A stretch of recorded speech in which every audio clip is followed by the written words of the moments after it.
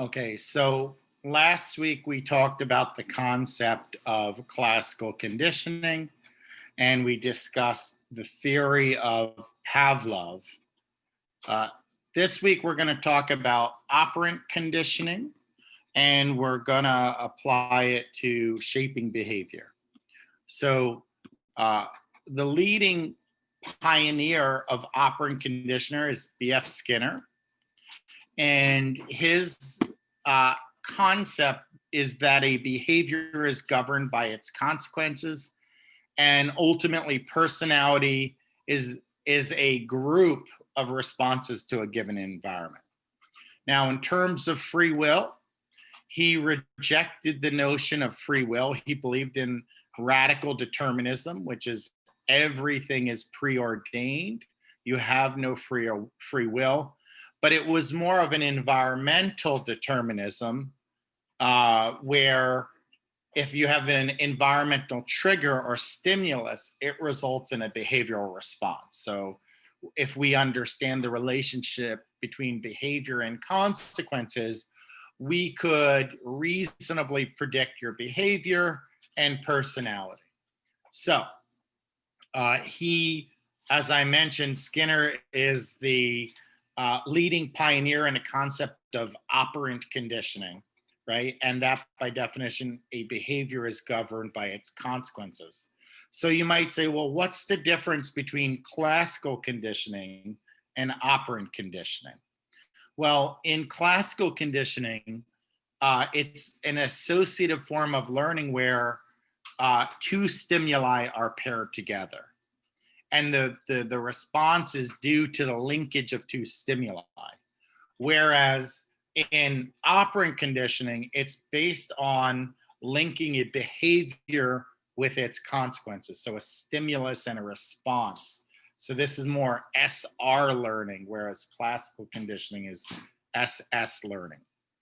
And a lot of his research was done with pigeons and rats. So you might hear the term Skinner box, which is, he thought that was not the most optimal description of the operant chamber. He thought that was a derogatory term. So he preferred to use the term operant chamber, which is the place of work for the organism. So when we talk about operant conditioning, we said a behavior is governed by its consequences. That is to say, if a behavior results in desirable consequences, it is likely to increase the frequency, or what we call reinforcement. If a behavior is governed by an undesirable stimulus, it is likely to decrease behavior. Now, naturally, you can have both, but the purpose of reinforcement is to increase the frequency of a behavior. The purpose of punishment is to decrease the frequency of behavior. And reinforcement and punishment can occur through either adding or removing a stimulus. So if we're to look at the animal model, for rats, food would increase the likelihood of a behavior. Noise and electrical shock would likely decrease the likelihood of a behavior. So food would be a reinforcer, and noise and electrical shock would be a punisher. For human beings, the same thing could be said. Money, praise, hugs, and candy all are considered reinforcers. They're going to increase the likelihood of a behavior, whereas adding chores, spanking, or putting a person in prison, the philosophy is that it's likely to decrease behavior. Now, let's put it all together. Reinforcement increases behavior. Punishment decreases the likelihood of a behavior. So putting this matrix together, and we said you could add a stimulus or remove a stimulus, but putting this matrix together, positive reinforcement is when you present a stimulus that results in increasing the likelihood of a behavior. And that was the example given on a previous slide would be candy. Negative reinforcement, because it's reinforcement, you're still aiming to increase the likelihood of a behavior. But negative reinforcement occurs when you take something away, and that increases the likelihood of a behavior. So the most common example given for negative reinforcement is when a person, if you wanted to increase a person's likelihood to wear a seatbelt, many cars have the seatbelt alarm. And if you're not wearing your seatbelt, the alarm automatically goes on. How do you uh, get that alarm to stop ringing? Well, you put on your seatbelt, which is the goal behavior. And what happens when you put on that seatbelt? The alarm goes away. So, for negative reinforcement, you're removing a stimulus, in this case, something that is aversive, like a seatbelt alarm, and that results in increasing the likelihood of a behavior. So, eventually, you learn that all you have to do is to put on your seatbelt and the alarm bell goes away. And that's negative reinforcement. Positive punishment here is a form of punishment. So you want to decrease behavior by presenting a stimulus. Well, what kind of stimulus could you present to decrease behavior? Something the organism does not want. So we gave the example of punishment. We gave the example of spanking. That would be positive punishment. And then negative punishment would be the removal of something desirable to decrease behavior. So things like timeout would be, it's a form of punishment. People don't like it. So taking away a kid's phone, taking away their computer privileges, this would be an example of negative punishment. Now, the next thing we have to talk about is when we do reinforcement, it can occur in different forms. There is continuous reinforcement, and then there's partial reinforcement. When we talk about continuous reinforcement, that means every desired response is reinforced. So it's a 1-to-1 ratio. Every time the kid goes to the bathroom on the potty, we put a star on their chart. So that's every time. But most things in life and most forms of reinforcement are not every time. It's a partial reinforcement. So we reinforce some of the time, not all of the time.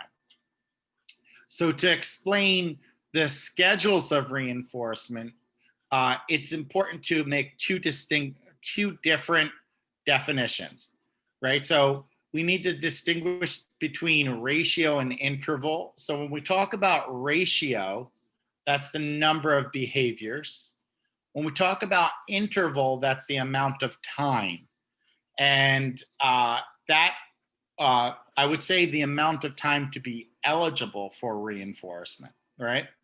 And then we have two other terms, the terms fixed versus variable. So when we talk about the term fixed, that means it's unchanging. So think about if you applied for a loan or a credit card and it said it had a fixed interest rate, that means the interest rate does not change, it stays the same. Variable means it can fluctuate, and that can be problematic for people because if you skip a payment or whatnot, they can increase your interest rate. So now let's apply it and put it all together. Similar to the previous, there are four things. You can have a fixed ratio schedule, and a fixed ratio schedule is the number of behaviors needed to be done to earn a reward or reinforcement stays the same. Whereas a variable ratio schedule, the number of behaviors needed to earn reinforcement fluctuates, but it comes to a common average. Now let's take these two and apply it to interval. There's fixed interval. The amount of time needed to pass to be eligible for reinforcement stays the same, whereas uh, variable interval is the amount of time needed to be eligible for reinforcement fluctuates, but on average it comes to a certain point. And long story short, here we have the schedules of reinforcement and the definitions that I just said.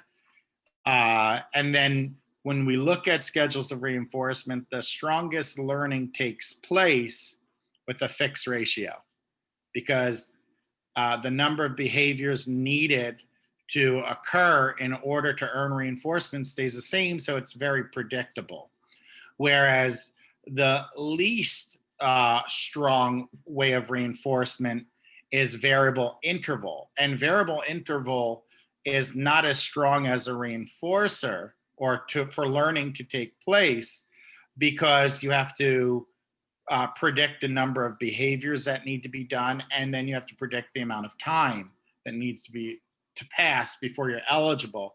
So instead of waiting for or learning about one thing, you need to learn about two separate things before learning takes place. So the strongest learning takes place in a fixed ratio schedule, where the weakest learning takes place in a variable interval. All right. Now, Skinner also talked about, or he wrote literature. One of his books is called Walden Two. And he believed that you could take a society and use operant conditioning and create a perfect utopian society. And that society could be shaped by reinforcement and punishment schedules. And what's interesting is that several communities were founded based on Skinner's principle.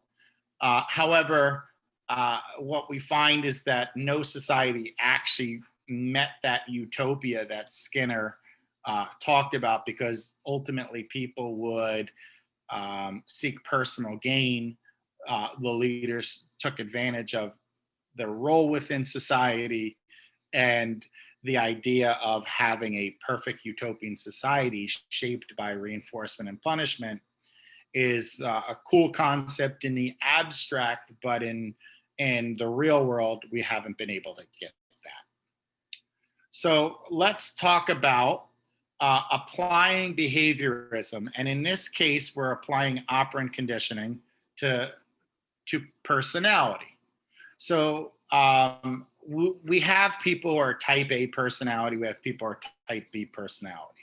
When we talk about a type A personality, this is an individual who is very competitive, high strung. Things need to be a certain way. They tend to be amped up. So what's nice about being type A is that you tend to get stuff done, and you tend to be a very strong leader. What's not nice about being type A is that the mortality rates are higher at younger ages. So it has a toll on one's heart. So let's say a person is very type A. I need to get this done. I needed to get it done yesterday, and they're very scheduled, rigid, whatnot. You might use operant conditioning to shape that behavior to not be as rigid, not be as everything has to be a certain way, everything falls in a certain time. You might use operant conditioning to increase flexibility. Now, so we talked about Pavlov and we talked about Skinner, but there were other theories, right? So earlier in this lecture, I talked about Skinner, and he was a radical behaviorist. And a radical behaviorist means all behavior is governed by some environmental trigger or governed by its consequences.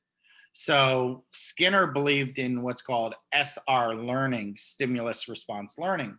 Well, Clark Hull felt that it's not as simple as Skinner made it out to be. And there are what's called intervening variables.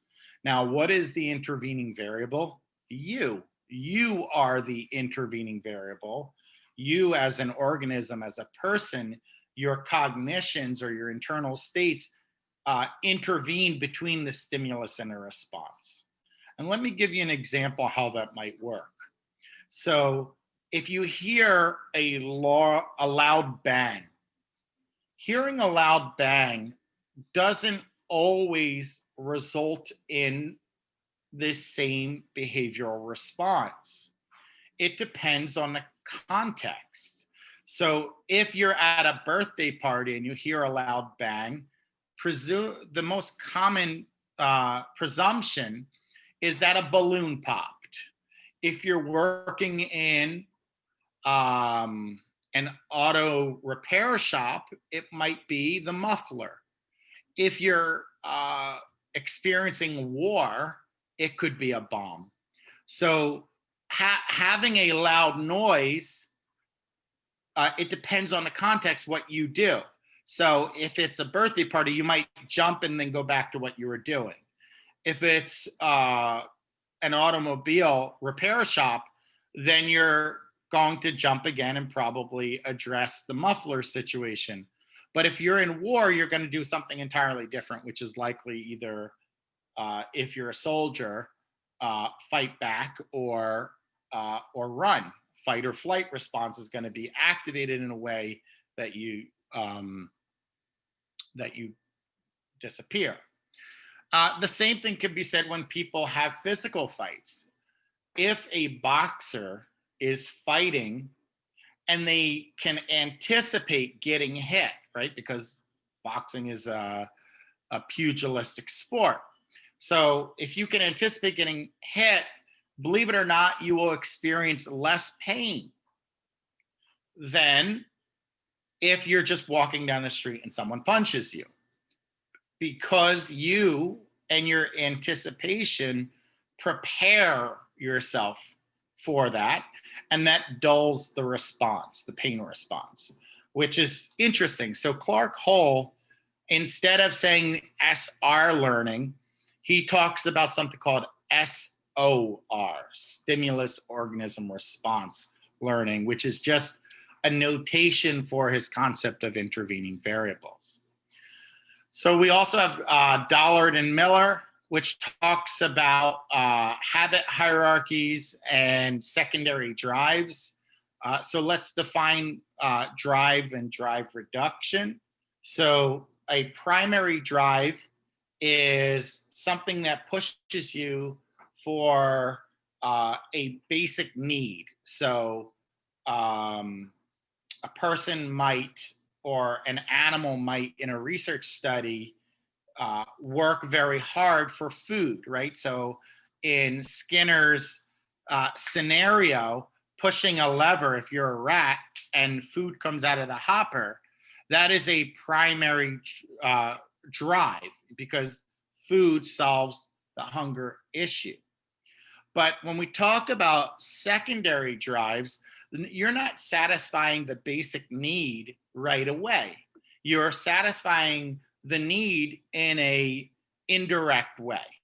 And that's where the habit hierarchy matters, because if you give things indirect, then you have to link them together. So for example, let's deal with a child who wants a video game. You could either give the child the video game itself, or you can give the child an allowance for doing their chores, and then they could take that allowance money and buy the video game. Well, which one would the child prefer? Most children would prefer the video game right away. It's instant gratification. It satisfies what their wish was to begin with. But social learning theory is we learn to link indirect reinforcers to our behavior, and that shapes it as well. So we learn to link money could buy food, money could buy video games, and so forth. And as a function of that, those secondary drives lead to satisfying the primary goal. So ultimately, you have your primary reinforcers, secondary reinforcers, your primary drives, and secondary drives. So hunger, sleep, things of that nature are primary drives, whereas secondary drives might be things like attachment, which is far more complex and involves physical contact, responsive parenting, and so forth. So, how do we address mental illness from a drives point of view or drive reduction point of view? The answer is drive reduction. So, mental illness, according to Dollard and Miller, is that you can be both drawn to and pulled away from something at the same time, which he calls approach avoidance conflict. You could also struggle with mental illness by approach conflict. Now, that seems less likely, but people develop anxiety due to having to make major decisions. So let's say a person applied to several universities and they get into a bunch that they want. They could struggle with anxiety about, well, which decision do I make? So do I want to go to Yale or do I want to go to Harvard? Well, they're both Ivy League schools. I don't know. So even having multiple desirable or attractive choices could cause distress. And the same thing can be said with avoidance conflict, which is two equally undesirable or unattractive choices. So when you have these scenarios and you have drive conflict, you can have psychological distress or mental illness. And then in terms of frustration aggression hypothesis, this is important for understanding the behavior of children to a great degree, adolescents to a moderate degree, and even adults to some degree. When people are frustrated and they cannot articulate what's bothering them or their goal is blocked, they could lash out in either direct or indirect way. So it's the being blocked from their goal that causes the frustration, and then they aggress. So little kids, it could be as simple as punching or biting. Teenagers, it could be such things as slamming their door. And then adults, it could be in a more passive aggressive way. So that's Dollard and Miller. And then we have to talk about reinforcement sensitivity. Now, we talked about this a little bit from a biological point of view in lecture 5. So we have to understand the behavioral activating system and a behavioral inhibition system. Reward works through a behavioral activation system, which makes you more likely to do a behavior. So we're linking it to the nervous system. Punishment operates based on a behavioral inhibition system, which says don't do that. So if a child tries to put their hand by a fire and the parent smacks their hand away, now that's a minor discomfort, minor pain. So the child might be less likely to put their hand by fire as a function of that. But modern behavior theorists say, hey, it might be linked to reinforcement sensitivity. And I think we talked about addiction playing a role in this whole activation system. So let's pull back and look at behaviorism as a whole. So what would the analogy be? The analogy is that human beings are intelligent rats learning life's mazes. Now, it's interesting that we talk about human beings as being intelligent rats, because from a behaviorist point of view, they don't distinguish between animals. Pardon me, I'll take that back. They qualify animals. They say the human animal versus the non-human animal, but all organisms are animals to some degree. That's the behavioral point of view. So I like the fact that they say humans are intelligent rats. And then in terms of the benefits, when we look at the behaviorist point of view and trying to understand personality, what are the good pieces to the learning and behaviorism approach? Well, it's empirical. So it's directly observable, which was one of the concerns about psychoanalysis, is that we're tapping into the unconscious, and how do we know we're really measuring what we're measuring? It also applies general laws that apply for all organisms, whether they be human organisms or non-human organisms. And it puts a strong emphasis on the environment. And when I talk about the environment, I'm not talking about the environment on a macro social level, but I'm talking about your directly experienced stimuli in your environment and how that shapes your behavior. So what are some of the challenges if we look at behaviorists and the radical behaviorists, people like Pavlov and Skinner? They ignore the role of cognition and how thoughts shape behavior. And that actually is a problem. That's a mistake. So from this point of view, the goal is to understand insight and cognition. Now, the closest we got to incorporating cognition was SOR, learning. We also see the macro social psychology, the cultural factors, the larger societal factors, behaviorism ignores. Even though they focus on the environment, they tend to focus more on the immediate environment or the proximal factors rather than the distal factors. All right. We also see that they dehumanize human potential. So one of the statements about behaviorism is that there is no free will, right?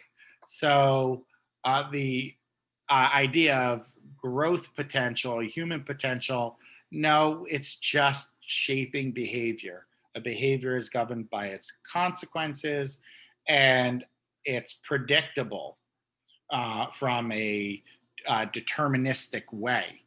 And then all behavior is sort of like a computer. You press a button, you get an output. So it's very predictable, the reinforcement and consequence connection. Now, it also believes that human beings are just like other organisms and they need to be trained. Now, I said their view of free will. They didn't believe in free will. Everything is based on environmental contingencies. In classical conditioning, how you link the two stimuli together. In operant conditioning, how you link a behavior with its environmental consequence.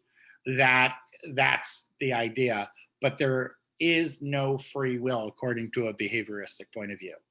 And I'm not sure if I said this, but John Watson has a famous quote, which I might have said last week, that give me, I don't remember if it was 10 or 12 kids, I can make one a doctor, one a lawyer, one a criminal. The idea is that through behavioral contingencies, you can make a person into anything you want, which is pretty scary when you think about it. And then in terms of assessment, it's from a behaviorist point of view, they believed in empiricism. They believed in collecting data and using an experimental analysis of behavior. So oftentimes using either pigeons or rats, so non-human animals.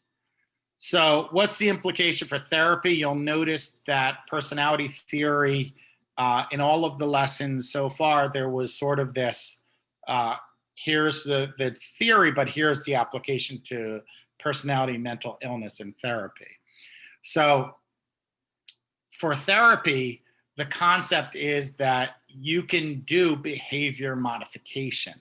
You can alter a person's behavior. You could shape behavior to teach desirable habits and behaviors, and you could extinguish undesirable ones through either classical or operant conditioning. And that is a very brief end of lecture 6. So I'm going to stop the recording and we'll go from there. Elise, I see you popped on. Hi, Professor. Do you have any questions about the lecture? I do have a question. I was wondering if you were seeing my emails regarding the exam that we took. I think I did, but I'm trying to schedule like office hours or people to pop in. So when I do the recordings, that's an opportunity, or drop-in hours.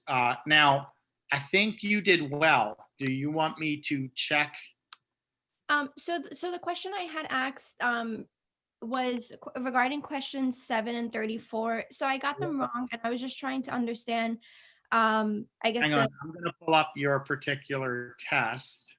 Okay. And we'll go from there. Right. All right. So Elise. Mm-hmm. All right. So you test 2, view, speed grader. All right.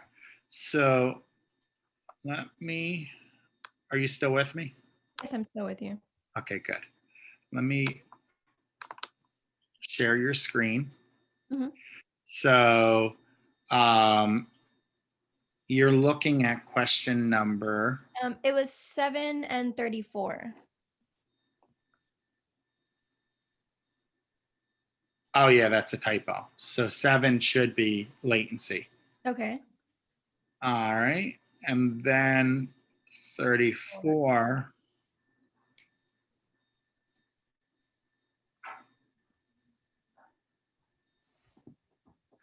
I use for Canvas, you have to create a text file to create a cartridge to import it, so it keys it for you. So sometimes it does miskey it. All right. So yeah, trust versus mistrust. That's also correct. So long story short is both of those were correct. So I would have to add 47 times 2. I would have to add points to this. All right. Were there any other ones that were marked wrong? Just those 2 that I'm aware of, yeah. So let me amend that and see where that takes us. Stop share. I wonder if it'll do an auto regrade for the miss key. All right, so I'll sort that out, but yeah, so it wasn't a hard test, but I obviously appreciate if there's something not right about it, that it should be fixed. Thank you so much for that. You got it. Did you have any other questions? No, that was it. I also wanted to join the lecture. I already did my first response to the discussion. I'm just waiting to respond to someone else. Yeah. Yeah. Okay. So, and I think you're doing fairly well, right? The midterm grade was an A. So take that for what it is. It's, you know, the tests are not impossible, right? They seem pretty straightforward, and Yeah. the discussion boards are graded pretty flexibly. So you have to write your main posts and cover the content and respond to one of your peers' posts. And I think you made that mistake only once, right? Yes, I forgot to. I was skimming through the syllabus, and then I was like, oh, okay. Yeah. But so no, I'm happy to have you in my class again. So let me sort that out, and we'll go from there. All right. Yeah, looking forward to having you as my professor again. But of course, you know, like online is very different from. It's so different, and I understood asynchronous lecturing differently than what they wanted from me. So I thought asynchronous lecture was I give you detailed notes, you read the notes, you write a discussion, you take your tests, kind of thing. That's asynchronous. It's sort of like an independent study. And then, I was in our department meeting, and then I was speaking with Dr. Biolsi, and she was like, no, you should also give videos. So that's where this was born. So hopefully it adds some value to your learning experience. But so that's that. Yeah, All I right. back like to study for an exam, so it's very helpful. All right. Well, Okay. take care. I'm going to do another quick video, but for a different class. But it's good seeing you. Okay, thank you so much for that. Bye. You got it. Be well.